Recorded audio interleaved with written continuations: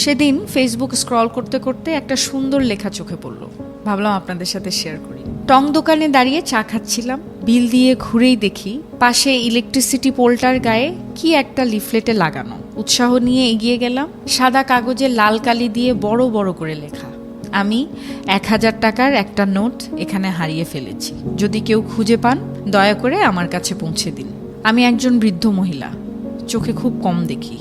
তারপর নিচে একটি ঠিকানা দেয়া, ঠিকানাটা কাছেই, হাঁটা পথে মিনিট 5 হবে। কৌতূহল দমন করতে না পেরে আমি খুঁজতে খুঁজতে গেলাম সেখানে। একটি জরাজীর্ণ টিনের ঘর, উঠানে এক অশীতিপর বৃদ্ধা বসে আছেন। আমার পায়ের শব্দ পেয়ে তিনি মুখ তুলে তাকালেন, বললেন, কে? আমার সম্বিত ফিরল। গলির মাথায় আমি আপনার 1000 টাকা খুঁজে পেয়েছি।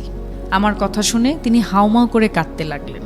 একটু পর কিছুটা ধাতস্থ হয়ে বললেন, বাবা, এ পর্যন্ত অন্তত 10 থেকে 12 জন আমার কাছে এসেছে আর 1000 টাকা করে দিয়ে বলেছে তারা নাকি রাস্তায় আমার টাকা খুঁজে পেয়েছে। আমার কোনো টাকা হারায়নি, ওই লেখাগুলো আমার না। আমি খুব একটা পড়ালেখাও জানি না। আমি নিচু হয়ে ওনার হাত ধরে বললাম, যাই হোক, সন্তান মনে করে আপনি টাকাটা রেখে দিন। এ কথা শোনার পর তিনি টাকাটা নিয়ে বললেন, বাবা, আমি খুব অসুস্থ, ভালো করে হাঁটতে চলতে পারি না, কি যে তোমায় খেতে দেই। এই বলে তিনি অনেক কষ্টে লাঠি ভর দিয়ে বারান্দায় উঠলেন। আমার মনে হলো তিনি এক্ষুনি পড়ে যাবেন। আমি তাকে সাহায্য করার জন্য এগিয়ে গেলাম। তিনি কাঁপা কাঁপা হাতে বাটিতে গুড়মুড়ি ঢালতে ঢালতে বললেন, তুমি আমার অতিথি, তুমি বসো।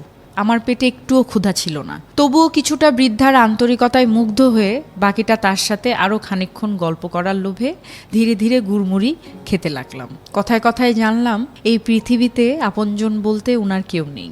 আগে ভিক্ষা করতেন, কিন্তু অসুস্থ হবার পর আর বাড়ি থেকে বেরোতে পারেন না। ফেরার সময় বৃদ্ধা বললেন, বাবা, একটা অনুরোধ, তুমি যাবার সময় ওই কাগজটা ছিঁড়ে ফেলো।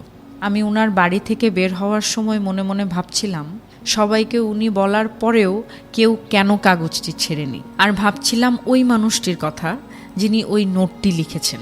সহায় সম্বলহীন অসুস্থ বৃদ্ধ মানুষটাকে সাহায্য করার জন্য, এত সুন্দর উপায় বের করার জন্য আমি তাকে মনে মনে ধন্যবাদ দিলাম।